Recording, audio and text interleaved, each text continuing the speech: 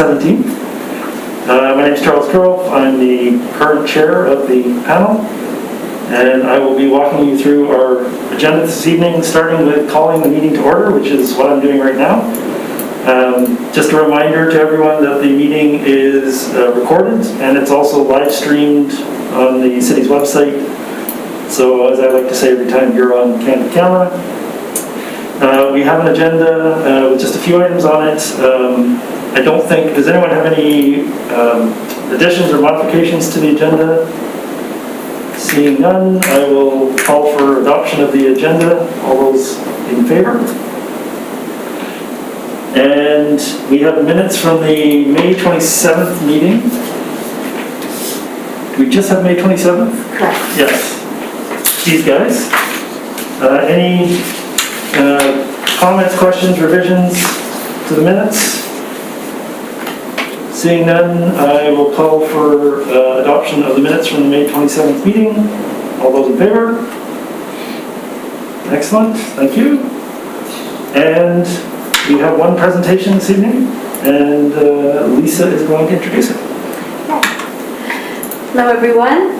A development permit application has been received for the property at 5730 Turner Road.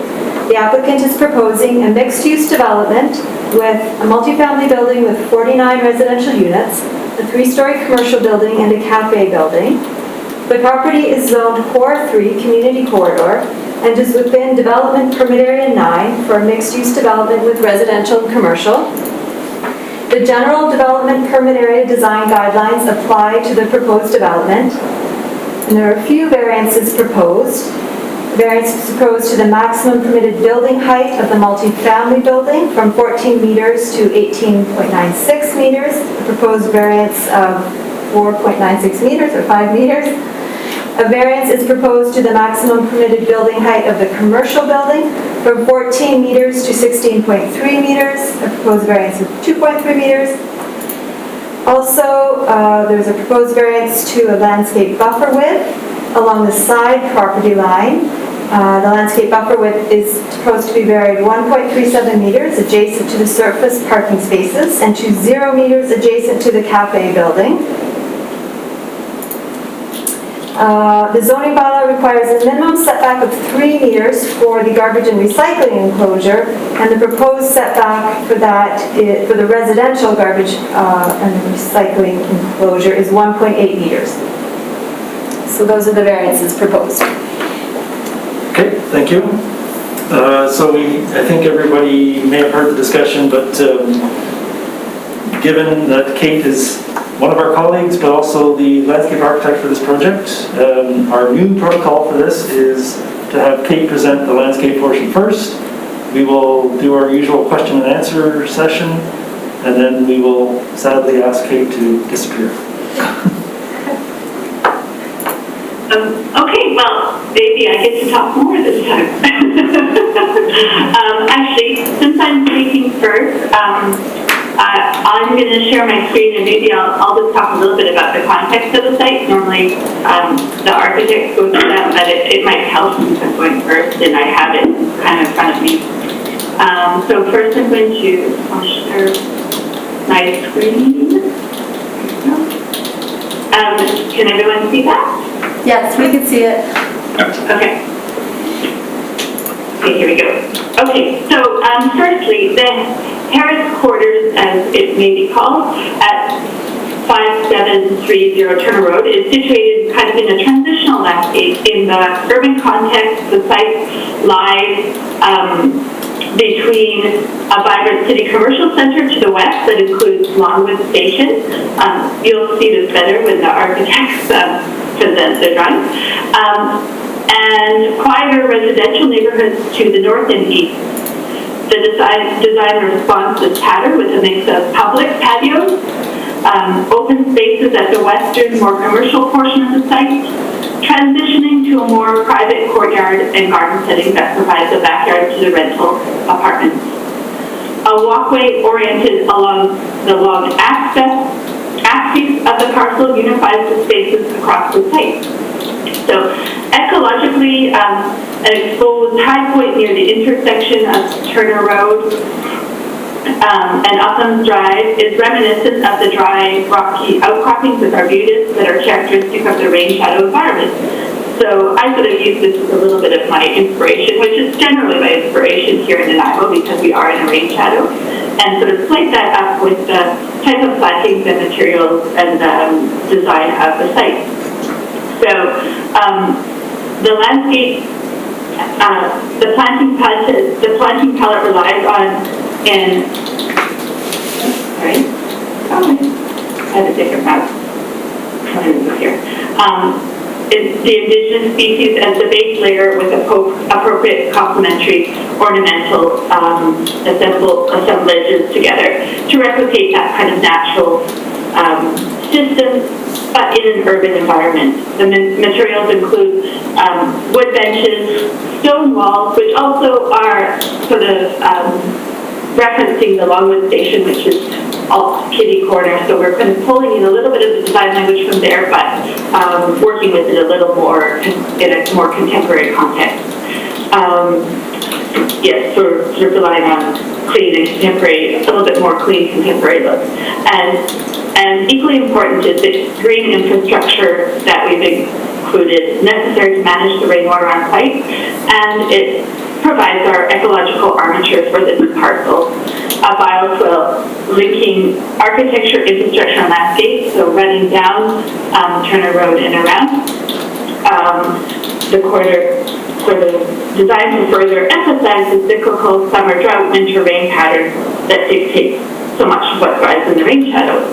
So the main kind of key design features for the landscape are starting up here at number 1, what I'm calling the Commons. Is this nice little sort of shared urban patio plaza that will service the cafe and also the general public. And it's a little more public space than, do you think it's different? Here we go. No. There we go. So here, the kind of main commons area. It is stepped down from Turner Road, so we have a few steps down into the space, and I've utilized plantings and rock walls to sort of create a nice barrier between Turner Road and that kind of courtyard space here. Actually, if I move along, I'm using a fancy mouse. There. Here you can get a sense of that elevation change. So Turner Road, the existing boulevard of trees, sidewalk, steps down into the sort of nice little common courtyard plaza that can service the cafe building and the general public. Then, okay, here we go. Then moving from that sort of front, that courtyard space up here, down our main walkway that connects the whole site, from the start of Turner down to this end, we have our sort of what we're calling the courtyard space between the commercial building here and residential, and that's more seen just sort of as a quiet transitional space between the two buildings and increasing the permeability of the site, adding pedestrian connections moving through the site this way. So not only down the main side, but you can come down the sidewalk and move in and through the site. And I can give you a sense of what that looks like. Again, here. I'm so sorry. I really wasn't prepared to be the first person. Okay, here we go. So here you can get a sense of the grade change. So here's Turner Road, the existing boulevard sidewalk. Then you step into that courtyard space between the two buildings, and then you have a little bit more of a drop down to this backyard lawn area for the residents. Try to go back.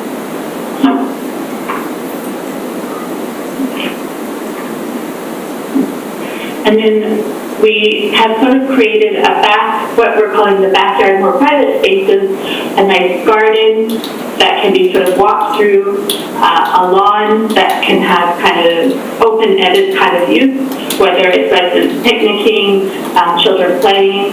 I've also introduced some different scales of benches, some a little bit larger platform benches, thinking that would increase the way that they're used. I often see children utilizing any kind of slightly elevated surface in multiple ways. Yeah. And then moving down from the lawn, the walkway sort of takes us out of the site, and down here at the corner is where we sort of, this is sort of our restoration site, where we're just looking at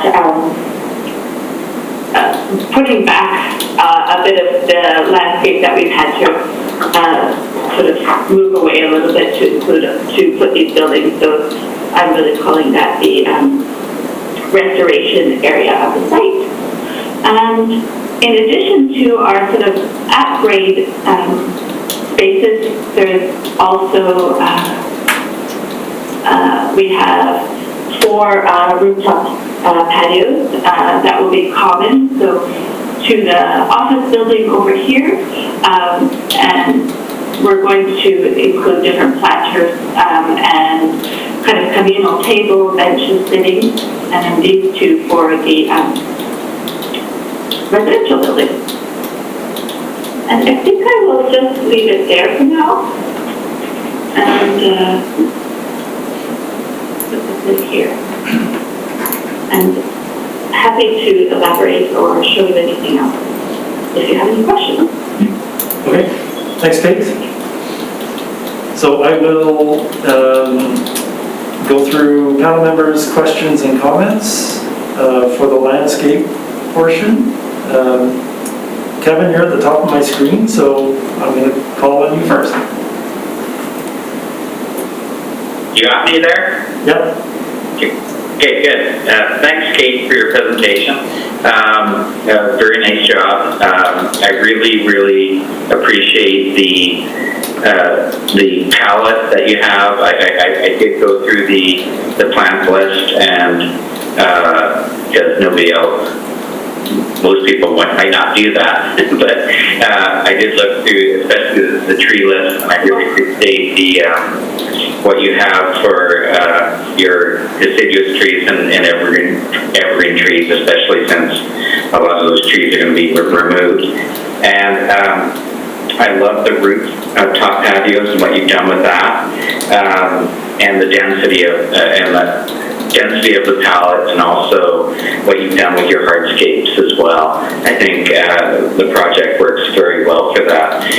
My only real concern is, and this might be something that Raymond might have to jump in on, is I look at what was done with Longwood on the corner, and also with the Lazy Boy site, and they put in very great efforts to relate the project to the corner, and I'm not really seeing that with this project, and not only with the buildings, but also with how the siding and the landscape relates to the corner. So I would like to hear your comments on that, if you can answer that. Sure. I'll start, and then I'll let Raymond, if he wants to add anything. Well, I actually think that the orientation of the cafe building in relationship to the commercial building creates that really nice little ledge where we can have an actual usable space for the public that relates to the cafe.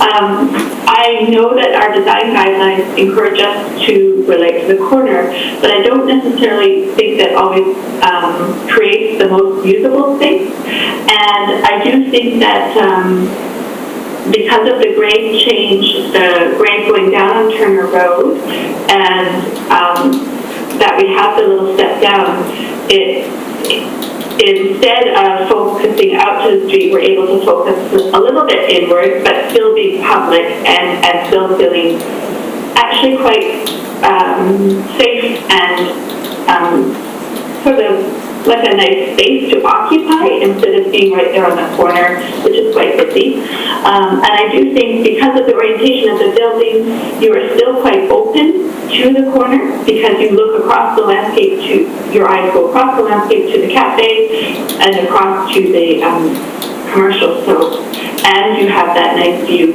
down through the site that the walkway enhances.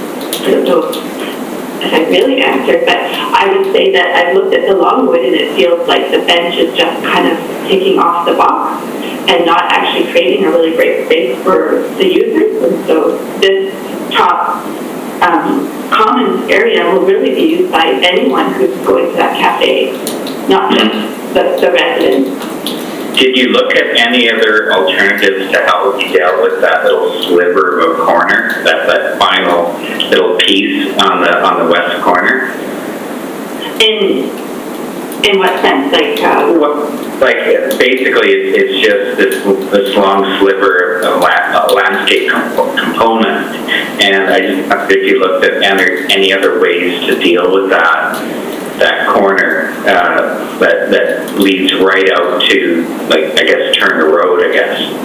No, uplands, because it's just this one little sliver that's left, I guess on the far western portion of the project, whether there was ways to enhance that.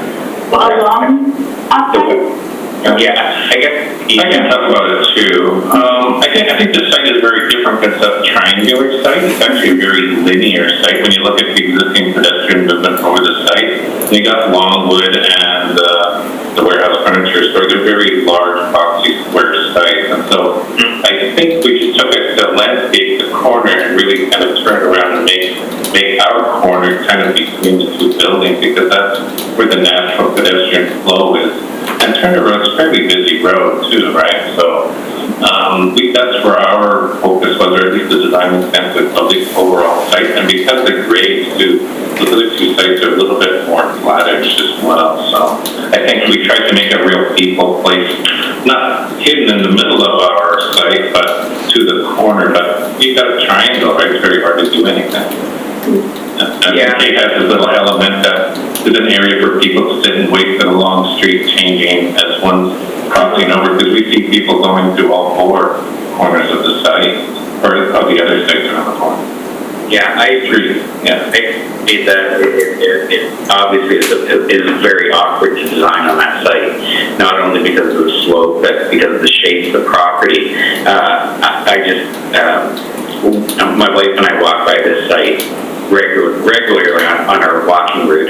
We live close by, and next door you have that project that's been there for about 15 years. It has the perk with wisteria and everything, and how this is going to kind of tie into that, I think, was probably my main concern. Maybe not concern, but something that I want to, I guess, get your input on, because it just seems like you have something there and it wraps around the corner into this other project where they have a very focused plaza area, and then across the corner you have Longwood that has a very nice plaza area, and then Lazy Boy kind of jumped in and did something very similar. And unfortunately this site, probably because of its irregularities, you might not be able to tie into that. So I just want to see if there was anything that you sought out to possibly tie into all of that, I guess. Can I just say, well, as far as the property on Uplands that has that sort of where you said the wisteria and that building, it is unfortunately underutilized because of the services provided by that thing. So I was trying to get as many plants, and I didn't see that connection as being as important as how we treat the other space. And I do, and then we were also, I just really wanted it to be a space that would be used and by those who's going to the cafe and feel like they can sit there and even have a little bit of, if you're there with your children, you just have a little bit more of enclosure because of that great change in the plantings that you're at. I think we're also trying to avoid that whole security issue of the other parallel laneway on that other property, and it's heavily treed, and it's quite distracting. And I think we're kind of just trying to design where people are naturally going. I think that's the intent, of not try to connect to that. And that other trellis thing is also sunken down as well, so it's very hard for it to work functionally. I think Kate's right, it's kind of a token piece that doesn't really function that well. I mean, just people can sit there, but it's not a public use space at all. It's not, I don't think it feels that safe and out there, because there's that walkway along the side. Okay, I would accept your rationale on that, and Kate did a great job, so that was that. So thank you very much. Thank you, Kevin. Thanks, Kevin.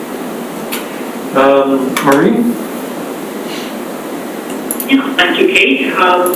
Yeah, an interesting project. I like how you, I concur with Kevin on all the, his comments on the planting and sort of how you interspersed it through there. And I guess the architects as well for thinking about a space that integrates these three different types of buildings and lots of pedestrian space, places to move through there. And I have to agree, I kind of like the little side garden over there because I think sometimes the corner, working on the corner, it's visually interesting and nice, but I don't see too many people sitting in them. And I think what you're providing is actually a little bit more usable space for people to stop by and take some time in. That being said, I'm not sure if this is really your purview, Kate, but I want to bring it up now because I think it is part of the landscaping. So I was looking at the accessibility of the site as somebody with mobility issues who's trying to make it into those areas, and I realized the site's very sloped. And so you had to put in a lot of stairs to get in and out.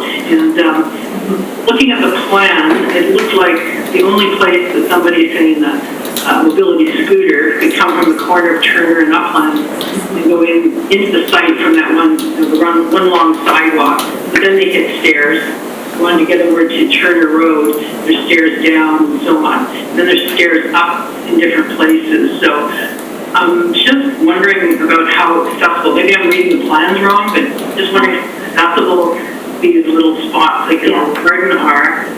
Also, if somebody was coming up Turner Road near from the other direction, they came along the sidewalk, they hit, from what I can see, they hit stairs, and they have to go into the drive aisle to get up to a more accessible part of the sidewalk. And maybe I'm incorrect in that, but comment on it. No, you're highlighting one of our challenges. Yeah, it could be a challenge. Yeah, but so from Turner Road and Upland, the walkway is accessible. It doesn't grade greater than 5% down to that to the sort of back lawn area before that set of stairs that you identified. So it is all accessible to that point, and it's accessible into that first common area. Where we do have our issue is those stairs, and so it may be something that we have to, it isn't accessible from that point on. Someone would in fact have to go out onto the drive lane to get around, which is not ideal.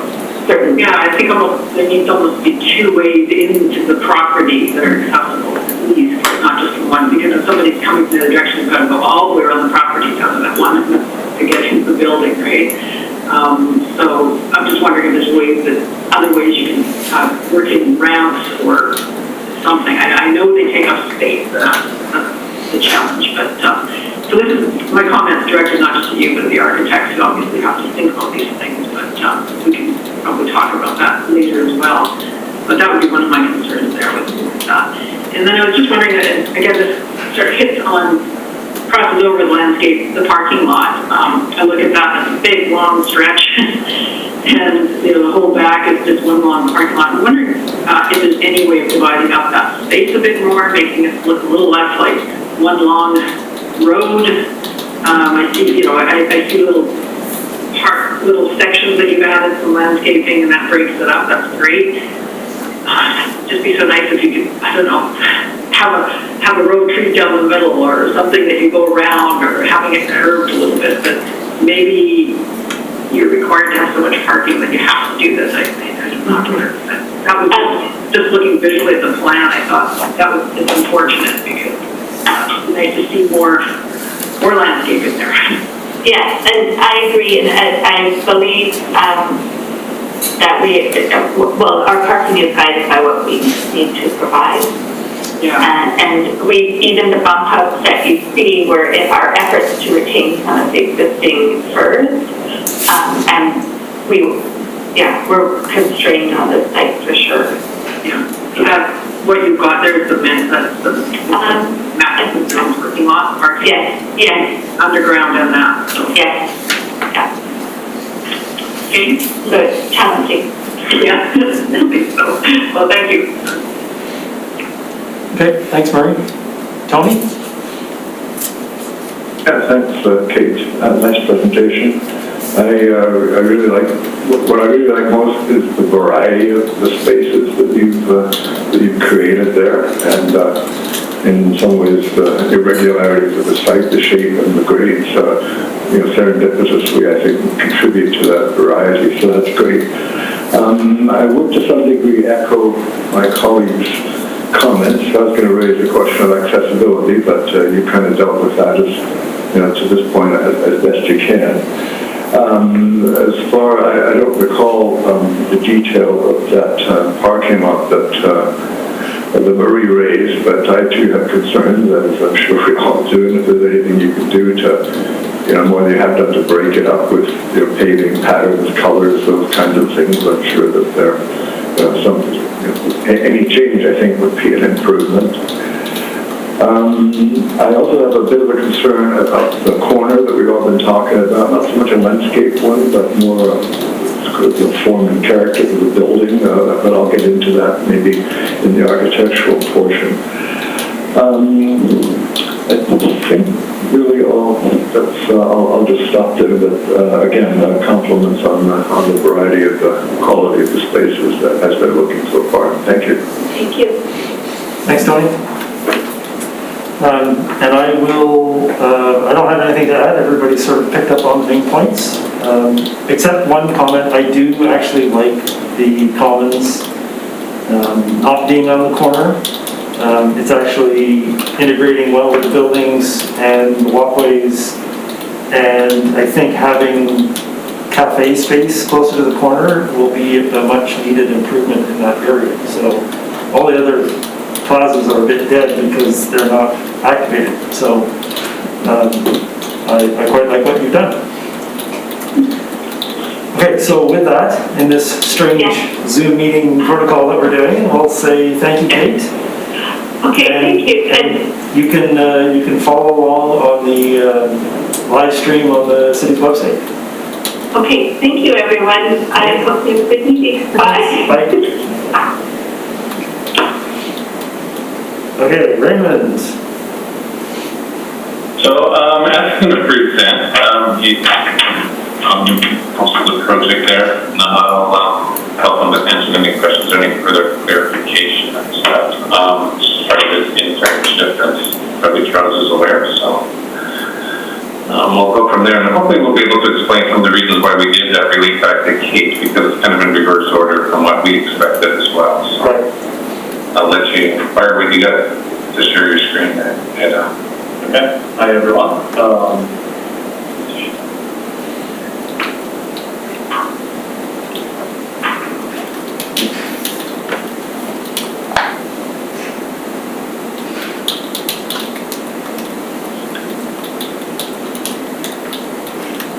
Okay, so since we already have a sense of what the site looks like, maybe just briefly note some of the main triggers that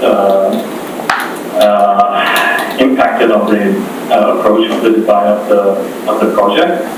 So, being the subject lot is through lot, abutting Turner Road on the east and Upland Drive on the west. The irregular shaped lot, which came with various challenges, for example, the slope towards Upland Drive, which is a complicated type of challenge in terms of circulation accessibility and building setting. Also, the right-of-way that takes a sizable portion of the land and carves out the lot in a very awkward proportion, and having also the Multi Creek that crosses the northeast corner of the lot that demands to have 7.5 riparian buffer, which makes the northeastern portion of the lot is more likely unusable, but perhaps an opportunity to maintain a natural buffer and tree retention. So this is a survey plan. It shows the site grading and topographic interval of 0.5 meters. Also showing the statutory right-of-way that sections out the north portion of the property. So from the far west intersection of Turner Road with Upland Drive, we see around that intersection and the surrounding building facing into the intersection are single-story vaulted or double-high-story commercial buildings, which gives an idea of a suitable program that can probably fit into this portion of the property. Moving away from the intersection towards the roundabout at Turner Road and Atlantic Valley Drive, we can clearly see that also the dirt path on the left of this image, which is being actively used by local pedestrians. And this is the longest undisturbed edge of the property on Turner Road to the south, looking to the south. This is looking in the opposite direction. Also, this is looking at the roundabout at Turner Road and Atlantic Valley Drive intersection. Rutherford housing project is expected to be featured on that other across the roundabout, which will mirror the corner residential building that we are proposing at this location. And this is looking from the roundabout to the north along the Turner Road east, which gives a potential design element that have a significant nice view from the residential unit down to that road.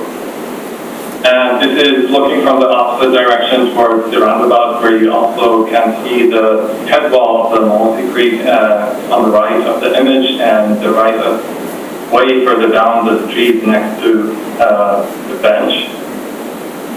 Closer look to the Multi Creek at the north corner of the lot.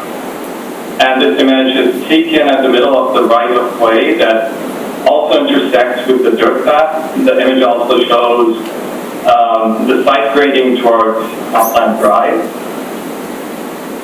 We also noticed the hedge, the corner we previously talking about, the hedge that screens the north and neighboring properties from the subject lot from the west, especially the far south west corner behind the proposed cafe building, and between the existing RBC building, which you can see in this image.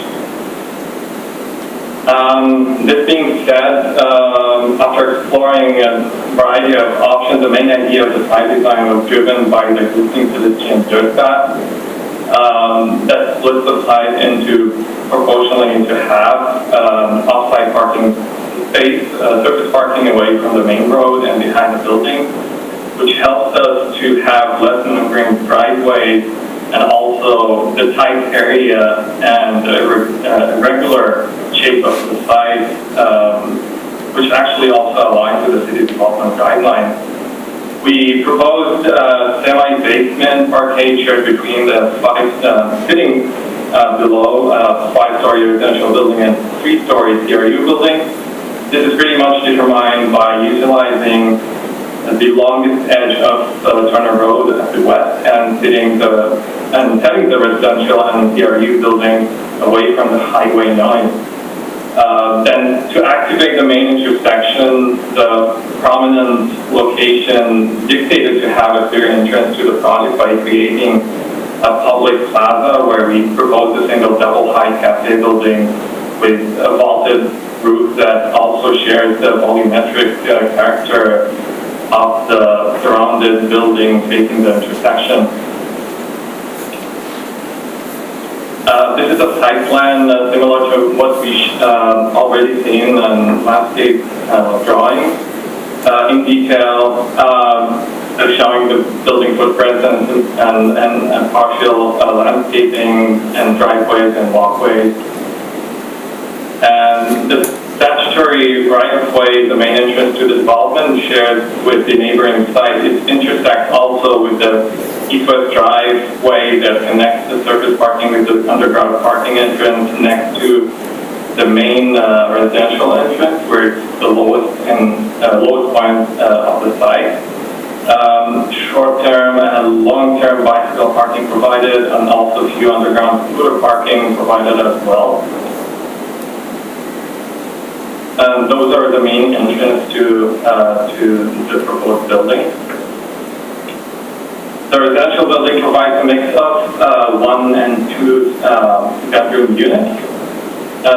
And the most important part of the residential building, the roof patios at the north, on top of on level 5, we have provided with common deck situated on the far end of the building.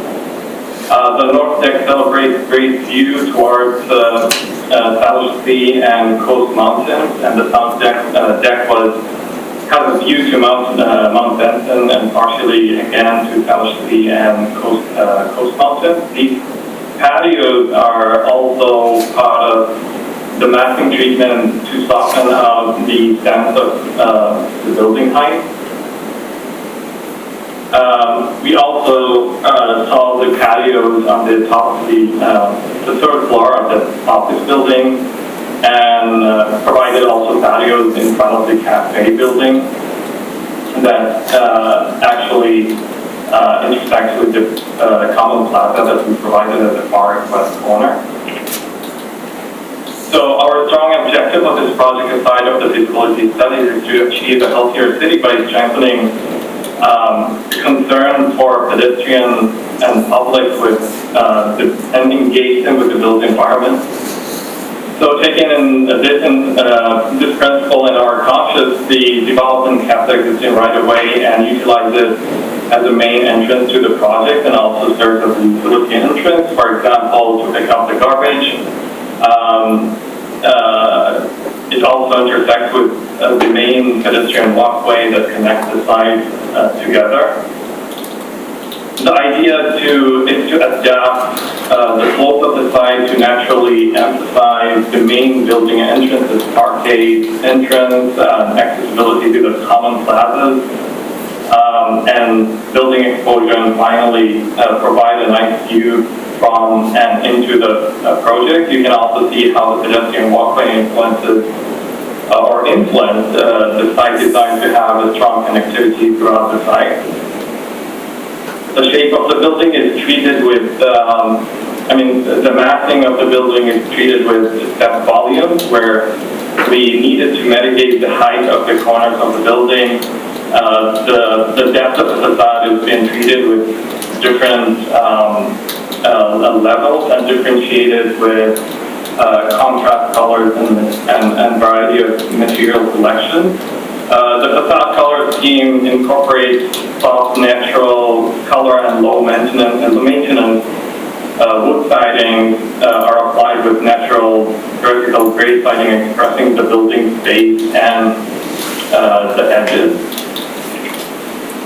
The intention also in the site design is to maximize greenery space, as we already seen in the landscape plan. For the tenants to play and enjoy, and also buffer and sort of privacy to the lower units. This is another angle down towards the residential building entrance. Bird's eye view shows the west elevation and how the common spaces incorporate within the site. The image also is emphasizing the strong massing expression of each building while sharing the similar character that complements each other. Shade and shadow plays a wonderful and worthwhile role in deciding which part of the building is worth to express, and in terms of solid and void, also how they impact the program behind it. And this is a view from far west, the intersection looking at the cafe building, from the intersection looking at the cafe building. It also shows the double high interior space, vaulted roof, double row, a storefront window to bring in the daylight as much as possible, outdoor patios, and also connected to the site with pedestrian walkway. And this is also a response to the comments, the staff comment 3, that to consider adding more transparency to the west elevation to the top of the cafe building. The characteristic of the building, the cafe building shows a classic contemporary architecture which is expressed with distinguished clear massing and exposed timber elements that goes along and complements the proposed CRU and residential buildings.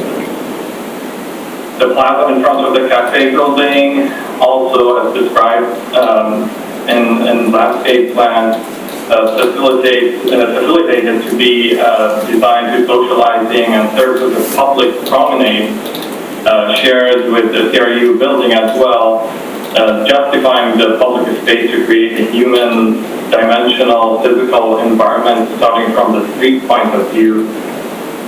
A public realm that also includes a common plaza, cafe, and sidewalk. It's a social gathering point.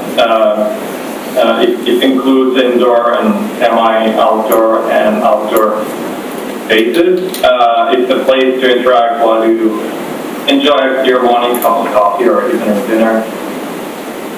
This public realm is considered as primary pinpoint into the site, and at the other end of the scale, we try to present recreational optional activities in this intersection or in this plaza that people might like.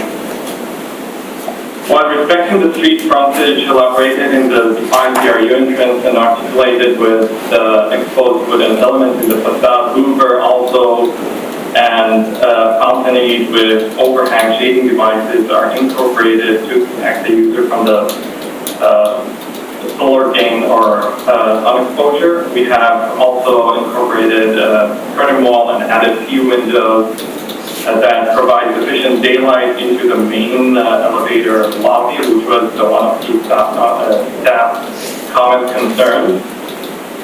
Taking into consideration that the west-facing CRU facade is more likely to be covered with the trees and landscaping, especially at the lower level. A common plaza is in between the two buildings is part of an attempt to have as much open area as possible. Each open space is titled with a unique location and views.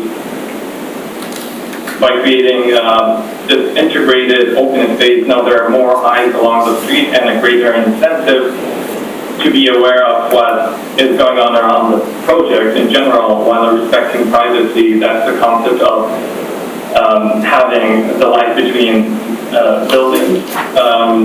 That space is provided with seating benches, shading, and trees make this space a nice getaway from office, CRU building, or residential unit for a lunch break or socializing space. The corner of the residential building is emphasized with larger decks and exposed timber framed structure with a vertical gray finish that illustrates the exposed structural elements. Here are more details related to the elevations of the facade, again showing the incorporated color scheme of the soft natural color tone that blends with the surrounding landscape. So this section illustrates how these step planters soften the edge of the building and also make it less exposed. It makes the concrete parquet wall less exposed which is also penetrated with protective openings to provide daylight and ventilation into the parkade. And also, the bottom elevation also shows the height difference between the residential and CRU buildings, how we try to maintain the height to step down towards Upland Drive. And these are some of the, also the elevation of the CRU building and the cafe. And also we are suggesting view of the green screen at the south facade of the cafe building and also the garbage enclosure.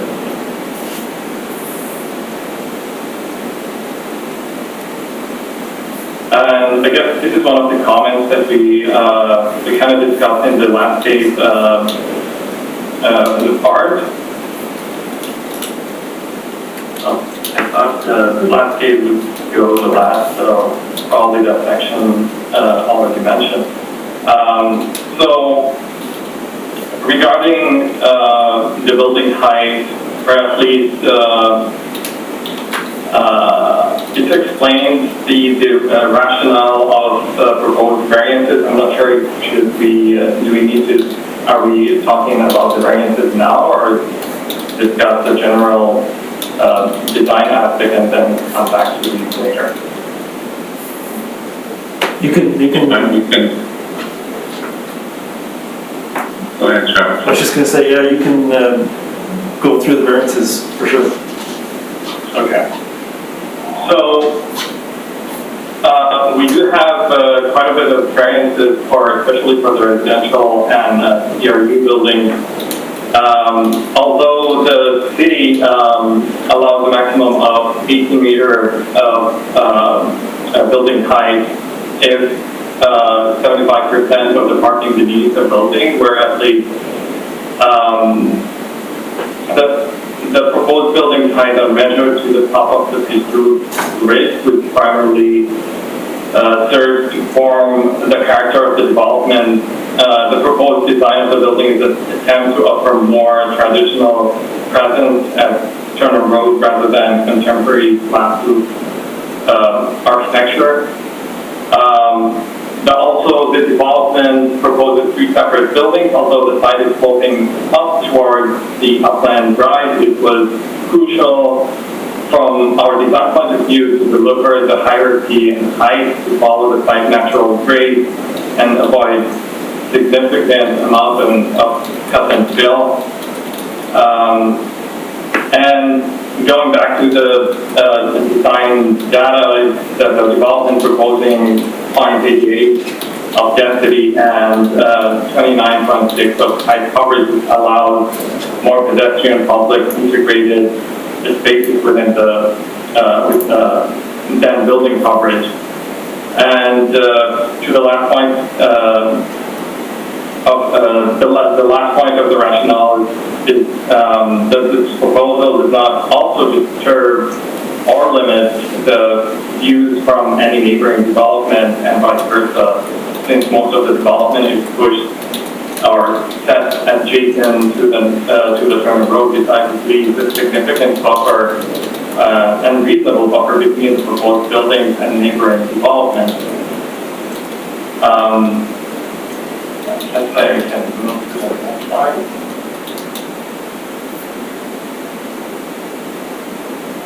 And regarding the variances of the landscape treatment and the garbage enclosures, so no adjacent for the garbage enclosure, we considered not having any adjacent building within the close approximate around the residential garbage enclosure. So we are also screening it from the neighboring property with proper landscaping and green screen, and also considering green roofs on top of that. For the cafe garbage location, the location is hidden away from behind, hidden away behind the building, considering the existing hedge at the property line and cedar board fencing proposed to block the garbage enclosure from the surroundings. especially from the neighboring side. Proper treatment taken into consideration when proposed variance for garbage and recycling container setback, and also the narrow landscape buffer and a small variance that we are asking in some of the points, some of the areas on the site, if necessary, to provide an adequate path for handicap accessible pedestrian walkway that crosses the site from the east to west, and that provides also the main entrance to provide entrance to down to the three buildings. Actually, just before you leave that one, I think I just take just a couple of points. Maybe it's not clear on the drawings, it's hard to see, is the adjacent development to the top of the screen there garbage enclosures are close to where our proposed garbage enclosures are, so it was a deliberate attempt to keep them together. And obviously one has to understand what is the intent, I guess, of why the bylaw says or the design guidelines say 3 meter separation between the two, because obviously the contexts are different for both of those. When we talk about the staff comment to the top, to the far left of the cafe being more transparent, I think we interpreted that being staff's comment about the white wall being there. Again, we wanted to densify the landscaping to actually force people to go down to that, so you're not really going to see that wall very much. And again, our 3D images don't show every single tree and shrub and all that kind of stuff. So I think if we interpreted what that was, I don't think that's so much of an issue from that. And the other thought is just as we're looking through this, and it's something that, obviously design evolved, and then will still keep evolving even after we're finished design panel here, is we had looked at the accessibility issues of the site too, because obviously we've deliberately made it steeper because of the grades that were fixed at kind of essentially 3 corners of the site with this easement. And obviously we're also considering the slope of the cars because they're perpendicular to the slope, right? So that's why 5% is driven along that whole long walkway. But at one point, and maybe we can still do it, is between the residential apartment building on the right side of it and the driveway, that shared easement or driveway that cuts across servicing the other property, is maybe where we have these little terraces at it, we can probably sneak a little walkway along there so someone can physically walk all the way along, and then where the parkade entrance is kind of sneak. It might be a little bit long, but at least they feel like they're not left out and have to go through the building to go down or go to the far end if that's something some panel members think there's it's just very hard. We just didn't want to leave a lot of exposed retaining walls. We got to treat it a little bit more along the edge, and we deliberately didn't put a walkway along there again to keep more landscaping along that, so in case more of a gradation of landscaping going up this whole building. That's all I have to say about that. We do have animation we can play the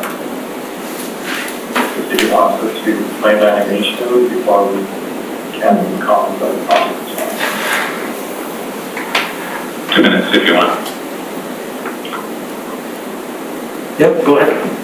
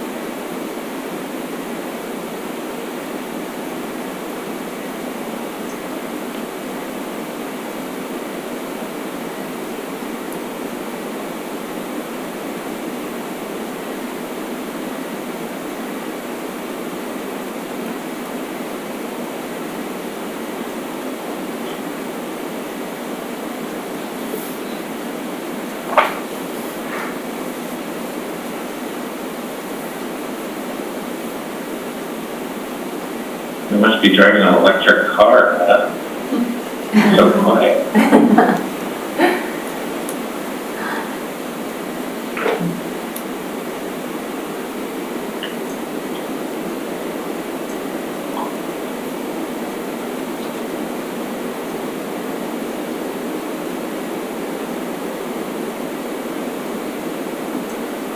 As we're playing this, Tony, if you're still there, if there's something you felt we missed, you can probably pipe up for 30 seconds or something too. Yeah, I'm here. I still can't believe that you guys haven't updated the software to have, you know, cars that I sell and these videos. I mean, you guys are doing a great job. And this has been a complicated site. We knew from the outset that it's going to be a real challenge and present, you know, all kinds of opportunities to be creative, and I think that, you know, we've proven in the past that we can deliver interesting and unique developments that you know, aren't just the run-of-the-mill stuff that you always see, and I love the density of landscaping that Kate's created, and I do believe that this will be a place for the community to come and enjoy. You know, when you think about the fact there's going to be probably 800 new apartments within 700-meter radius of this node, you know, 5 years from now, combined with the existing residential density in the area, there's going to be more and more people walking and enjoying the zone, and we really want to create, you know, a special kind of eatery up at that corner and an outdoor area where people can congregate, and a place that, you know, from 6 a.m. to, you know, the evening is somewhere that locals want to come and visit with friends or family and enjoy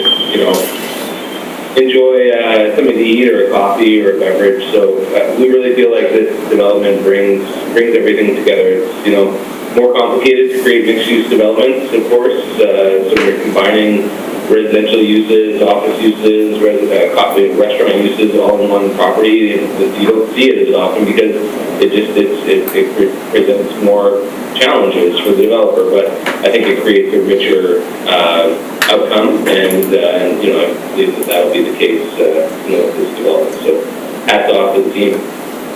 Sorry for putting you on the spot. Put you on the spot. Yeah, okay. I think we're done. Unless have anything more? No, we can present the whole. Oh, sorry for that. And sorry I turned the video off, guys. We have kids running around. No problem. With the whole thing, so.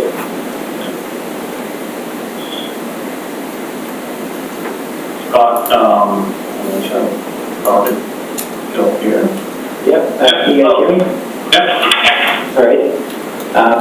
So I'll quickly run through just the site access and site servicing. I think some of it's probably already been covered by the landscape and architectural presentations, but yeah, so the access to the site is going to be through this sort of common access driveway in the existing right-of-way, which services the neighboring site. Yeah, that's kind of already in place, and tying into it kind of on either end with these sort of two wings of parking. And then with one of them also wraps around kind of in to access the underground parkade. The water servicing, I believe there's already a water service to the site that just kind of stubs off underneath that driveway. So we would propose to extend that to I believe, a residential building or a mechanical room into the parkade, which would be a single service to commonly serve all three buildings. And then it would be a similar situation for there's also an existing sanitary sewer underneath that driveway, so there will be a combined on-site sanitary system to collect from all three buildings and then outlet into that existing service. Stormwater management is, I believe Kate already covered a little bit of that, talking about that bioswale that kind of wraps around the CRU and the residential building. So wherever we can, we're going to outlet roof leader into that swale, so that, water can have, a chance to percolate into the ground. There's fairly impermeable subgrade here, but kind of giving it every chance to try and mimic that existing condition before it kind of reaches down to that low point of the site and will overflow into an existing service, which is again underneath that existing lane. I guess the rest of the remaining portions of the roof and the parking lot and the roof on the cafe building will be directed into a stormwater detention tank, which you can kind of see is right near the garbage enclosure there. So that'll limit outflows for everything upstream of that to the pre-development levels before it again leads through that existing service. And then this last piece is again sort of where some of these grades make it a bit challenging, but that north parking bay, I believe the grades will probably have to try and drain that water off into that north landscaped area, which will be sort of replanted and vegetated to allow the water to kind of soak into those soils and percolate down into the subgrade, and then eventually kind of work its way out and outlet into the stream, which is sort of right at the north corner of the site there. And I think that generally covers everything. Good. Thank you.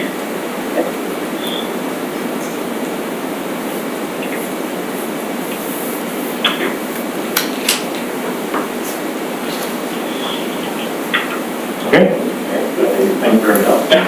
thanks for your presentation. I will, two things. I'll ask you to stop sharing your screen so I can see everybody again. Thank you. And I will ask my remaining panel members, does anyone have any questions for staff? Kevin? Yeah, so for the use of the cafe area, can I assume that the use of that can also be used for like full restaurants or anything like that? Or is it just strictly like coffee or cafes? No, it can be a full restaurant, and I think we're just referring to it as the cafe building more for convenience because we have a commercial building. And so rather than saying commercial building 1 and commercial building 2, we're saying commercial building and cafe building. But yes, it can be used for a restaurant, or it can be, yeah. You combine one big unit, right? Correct, yeah, the zoning bylaw would allow for that. Yeah. And if that's the case, can they be allowed pylon signs? Could it be allowed a pylon sign? Do you know offhand? Through the chair, we'd have to look at a little bit more as to the siting and space and what would be permitted there. We'd have to look at our sign bylaw, but I think this time, yeah, we're just focusing on the form of character, but certainly you can see there is intent to consider signage and spacing for that, so, yeah. Okay, thank you. Okay, thanks, Kevin. Any other questions for staff? Seeing none, I'm going to go in reverse order, starting with Tony. Thank you. Excellent presentation and an excellent project. I like a lot of things about the design of the buildings, the articulation, the consistency between the commercial and residential building particularly. They're distinct but very complementary. I like the colors, the materials, the roof shapes, and so forth. And obviously the mixed use is good on the overall site. Two areas of concern, we touched on this a little bit in the landscape discussion. One is, in terms of form, character, really nothing. The corner of the residential building where it meets the street seems to me very pinched. Very tight, and I just wondered if you could consider or have considered some kind of notch or articulation or something to kind of give a little bit more breathing space there. It really looks like it's kind of shoving getting its elbow out into the intersection, sort of metaphorically speaking. So that would be one area that I'd have a little bit of concern about, and whether any improvement could be considered in that regard. The second one, and it's a little bit bigger, but I just find it curious how you positioned the coffee shop building, and just wondered about your thinking as to the positioning of it, in that it's not parallel to the commercial building along the street frontage, and gives a little bit of a sort of discordant lack of harmony or consistency to the streetscape along Turner there. And I just wondered if that was something that you might care to comment on, recognizing that the very lovely common space that Kate described would then presumably go to the opposite side of the cafe building, combined with that landscape area on the corner of the site there. So just two things I'd like perhaps to comment on, if you would mind. Sure, I guess I could talk a couple things and if I can add some more. So with the notching bit, as we started designing the building and not a little bit later, we find out that it's actually got a little tighter at that corner because the survey got to get a little bit later in the game. And part of the sidewalk's actually pushed onto our property, so where the existing sidewalk has a turnaround there. We realized it's probably one of our weaker spots with the project still, so something that we're still looking at. Again, we're trying to, because we've looked at, traditionally quite often want to bring outdoor patio areas and stuff like that to make it kind of residential, but we lose that as we turn the corner because of the steepness of it, so we just created more of this kind of patio there, but they're raised as more private or semi-private, but still allow kind of the driving force. I think was the bioswale that was running around there. But that's not to say that we're not going to see that a little bit more. As to the coffee shop orientation, that's really was driven more by that diagonal line going through the site. So that's what we wanted. We wanted to also it's going to be one of the few patio areas in town that has large outdoor covering. It's more suitable to clothing and everything else, but it's southern exposure. So that's, I think, going to be a key thing with that particular location for anybody that locates in there.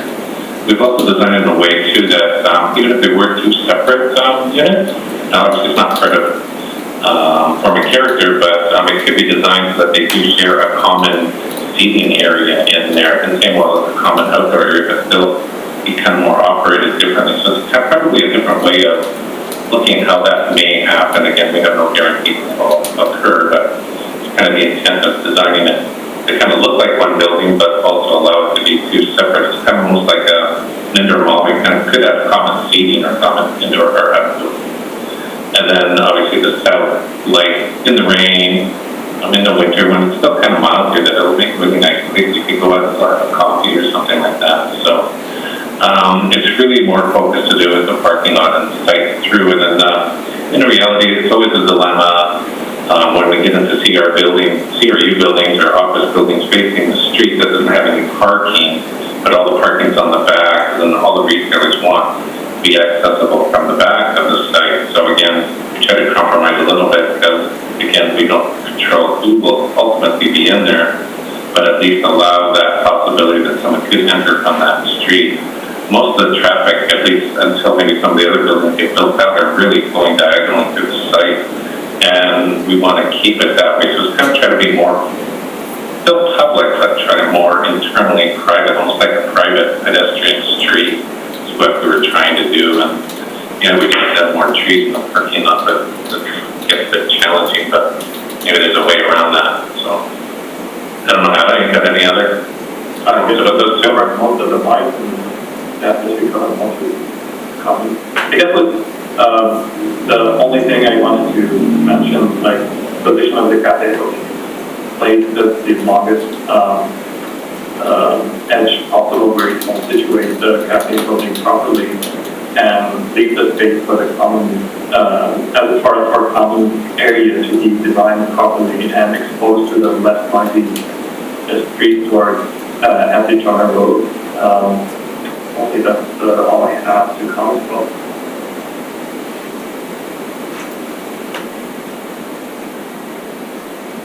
Okay, Tony, did you have any other comments or questions? No, thanks. Okay, thank you. Marie? Yeah, thank you for a very good presentation, very thorough. Gave me a really good vision of how this whole project is. I think it's an excellent project, and I really like how you fit the design, form, and character of the neighborhood. How you played with the different shapes, textures, materials, etc., to kind of break up the form.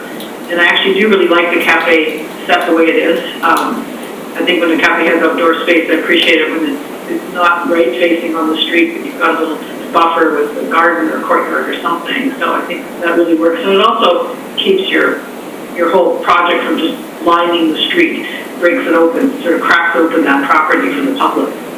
And I really appreciated Tony Harris' comments about the population and trying to, sort of increase the sense of community with this property, and that's great, inviting the population into it. That said, I think it's really, really, really important to have that east-west sidewalk totally accessible for mobility, people with mobility issues. I think that if you want to invite the public in, it has to be approachable and accessible. So at minimum in that property, I think you have to figure out a way to make that east-west pathway accessible right across the property, and that somebody, say, in a wheelchair or a cart, a mobile cart, can get through there and access those different spaces. And then you will have a really, vibrant community there. Speaking of which, this neighborhood is excellent for people who have mobility issues because the grocery stores, everything is so close and handy there. And the sidewalks, I noticed when I was driving around, are quite a bit wider than some parts of the city. So it's a really great neighborhood for that.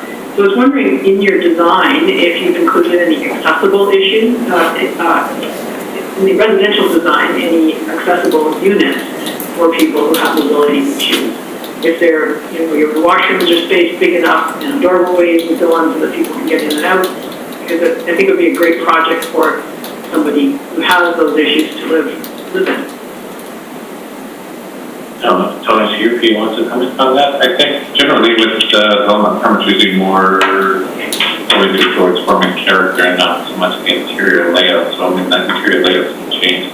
Obviously, it affects the exterior of it as well. But I think there's lots of opportunities to do that. I think a lot of projects are trying to do that. And affordability is another issue with projects as well too. Again, how the project's financed. Well, I appreciate too, your units actually look generously sized compared to some of the projects we've looked at, so that's great too as well. You're getting more space in those units and lots of rooftop space. It's one of the rental units, I think, or one of the few rental units. It's hard to find any public space or private space. It's really difficult because we're always trying to minimize how much or maximize the number of units to reduce the cost of the units because affordability is the issue. But other than you find a very old apartment complex like Woodrow Pines or something, then you rarely find anything with outdoor landscaping too, other than like you could build it on your decks of your building. So right, yeah, no, that's good. So yeah, other than that accessibility issue, great project. You can work out some of those problems though, and the parking lots is the way that you could break that up somehow. I know if you have to have that amount of parking, that's a problem. If you're able to reduce it, it'd be great. Do something a little more imaginative with that, because I think that would really, again, fit with your idea of sort of drawing the community and making it kind of more of an environment than just people stepping along that sidewalk and then coming to a big parking lot. So I think that would really enhance it. look at that. Yep. Great, thanks. Thanks, Marie. Kevin? Yeah, thank you very much for your presentation. Obviously a very difficult site. Just the shape of the site alone, it's obviously a challenge, and I always find when I do projects like this, these sites are the ones that seem to be the most rewarding.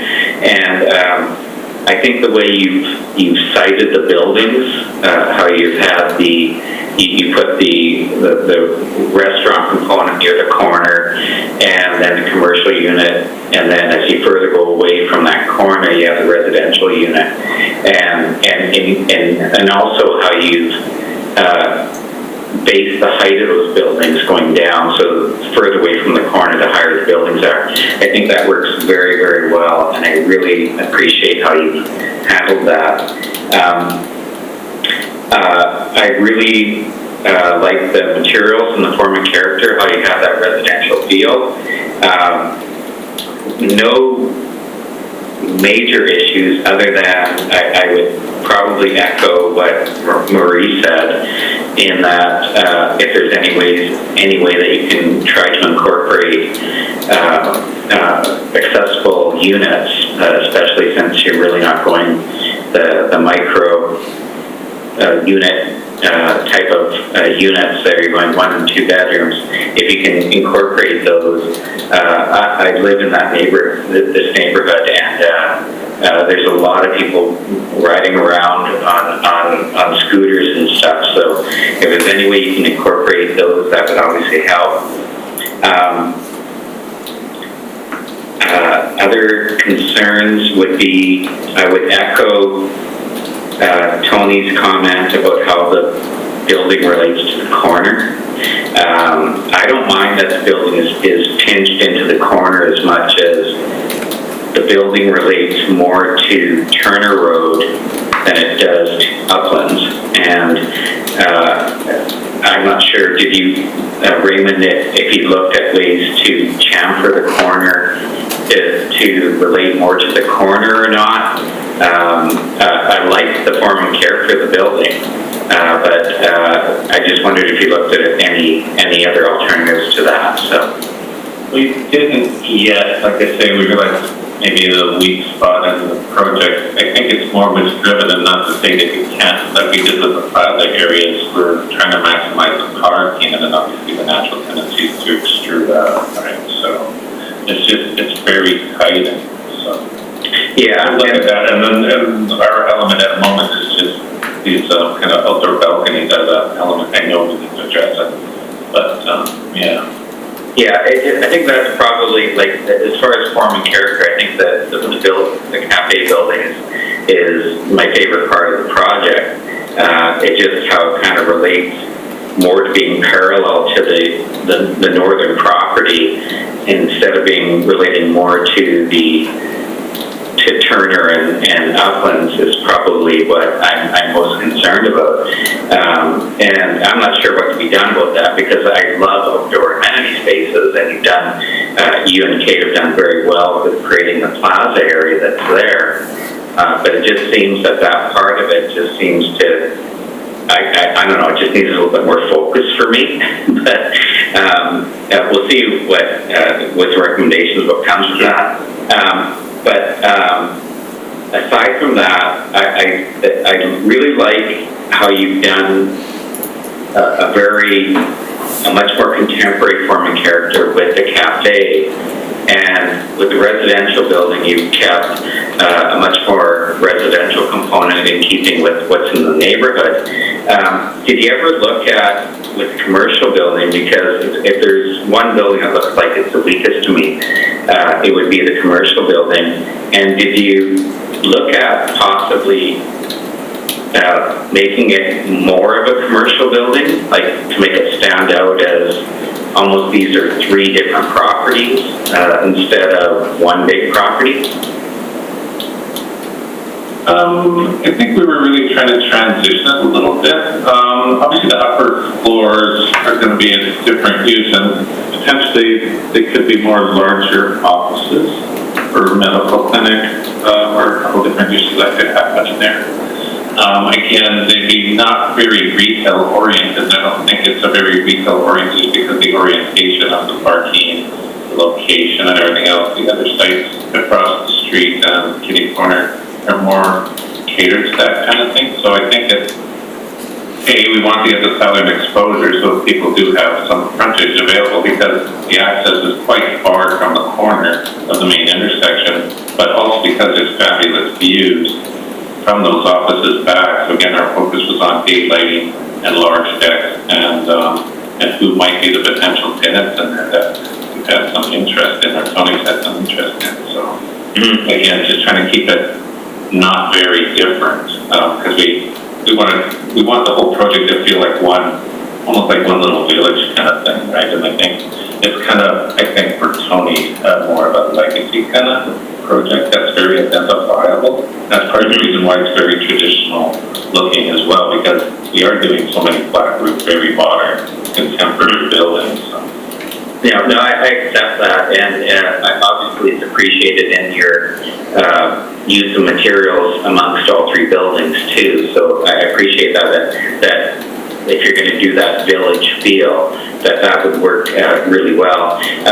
The only other comment and real concern is really how the residential building relates to the corner, like the round, the traffic calming circle. Because of the balconies there, that little corner seems weak in my opinion.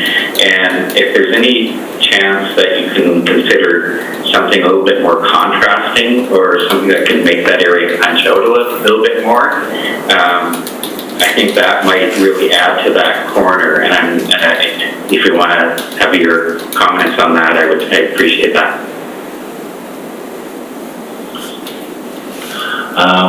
I think the interior, I guess, is like a little bit in progress that way. I don't know if Anna has any other thoughts on it.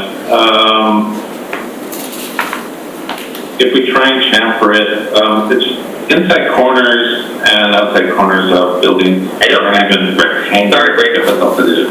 Sorry to jump in. I don't think you have to chamfer that corner. No. Just a way to make that corner a little bit more. Because right now it seems really, it's not the main entrance to the building, I guess is what I'm saying. That's a traditional approach. Corner, put the main entrance, put a tower, kind of very monumental kind of thing. And that's really our back door, and we're really trying to focus on the diagonal of the site.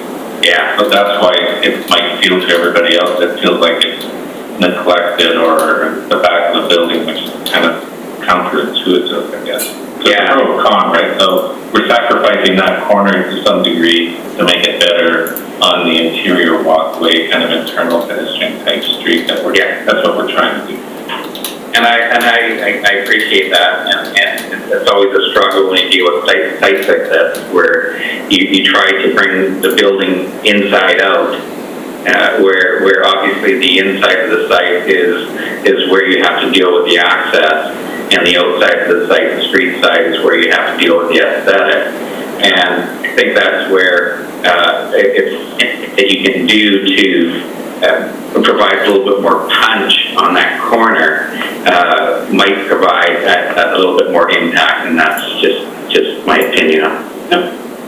Yeah, but other than that, I think you and your team have done a very, very good job with this project. I think it's a very complicated site. You obviously handled it very well and dealt with all the challenges over the previous months, and I think you did a great job. So thank you. Thanks, Kevin. I'll jump in just on a couple of things. Talk a lot about the orientation of the cafe building. I'm going to chime in, I think, with Marie for sure. I really like the way it's oriented and the space that it creates on the site. It seems a bit odd, but when you look actually at the extension of Turner to the west, it's actually aligned with Turner Road. So as you're coming down Turner towards the intersection, you're going to get this view through the site with the cafe and the common area, as opposed to just seeing the edge of a building, kind of following the other bit of Turner. So I think it works really well from that aspect, and then from all the other aspects we talked about, the south-facing patio space and the common area. So I'm putting my vote in for liking the way it's oriented. But I will also chime in on the accessibility. I agree that I guess it's the east end of the site, or the northeast, the bottom of the site. It's a bit of a challenge if you're coming up from the bottom of Turner to navigate through the site if you have any mobility issues. So I would definitely encourage you to pursue what you were saying, Raymond, about taking one of those tiers of the terrace landscaping of the north side of the building and just making that a connection point. That will go a long way to alleviating that issue. And I don't think it will really alter or detract from what you've already done. So, and I think there was a comment about connecting the paving pattern for the walkway where it crosses the driveway access to the parkade. I think you've already done that, but it's kind of hard to tell from the plans what the material is. But that walkway is a very key spine for your project, and I think it has to be emphasized that way all the way through, and it has priority over the vehicle circulation. So it needs to be that strong spine running through the site. Yeah. One of the things we didn't talk about is the lighting. That was all catered along that walkway as well, with the bollards and stuff. So even at night, it will feel very much more pedestrian, street light. Yeah, I think you're going to find that everybody's going to be walking through your site and not walking on the sidewalk. Yeah. Well, that's kind of what they're doing now. So I mean, sometimes it's like university landscape planning, right?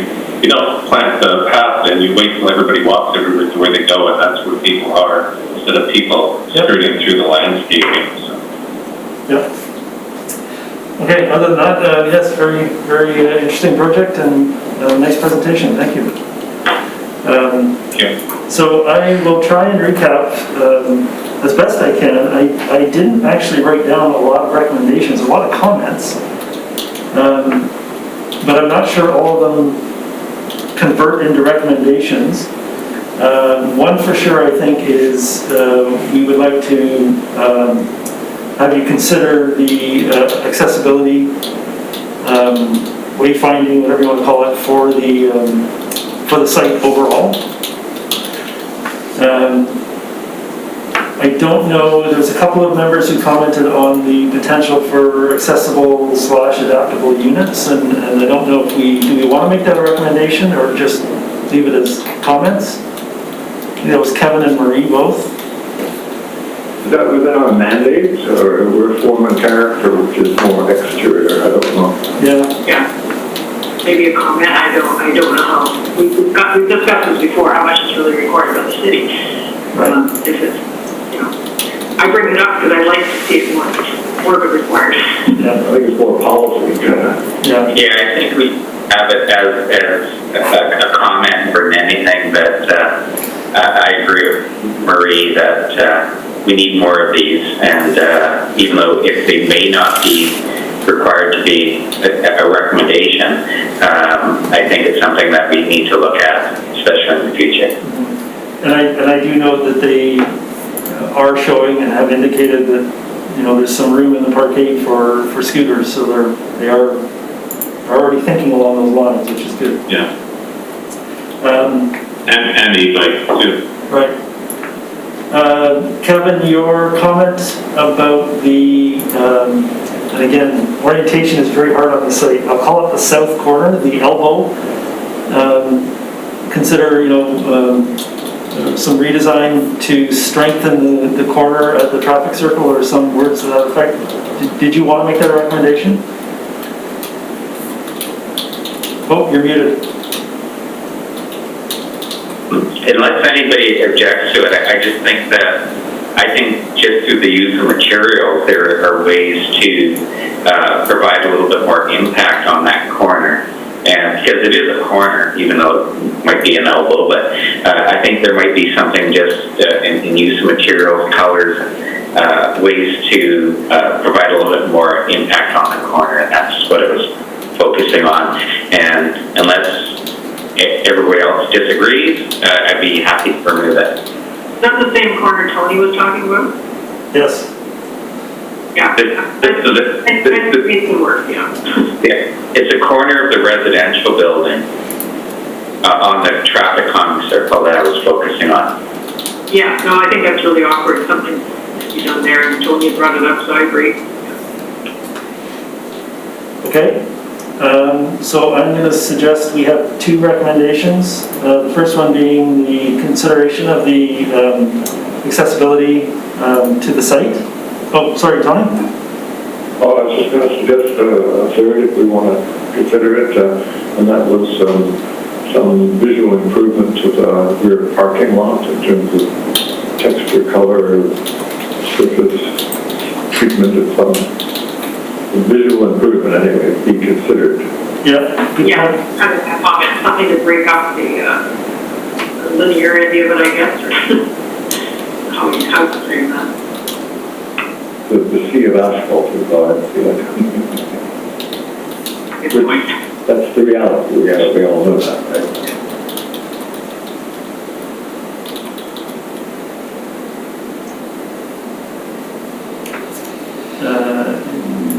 Surface parking. Okay, so we have consideration of the accessibility to the site, consideration of the design changes to the, I'm going to call it the south corner of the residential building, and consideration of material and landscape changes to the surface parking, or improvements to the surface parking area.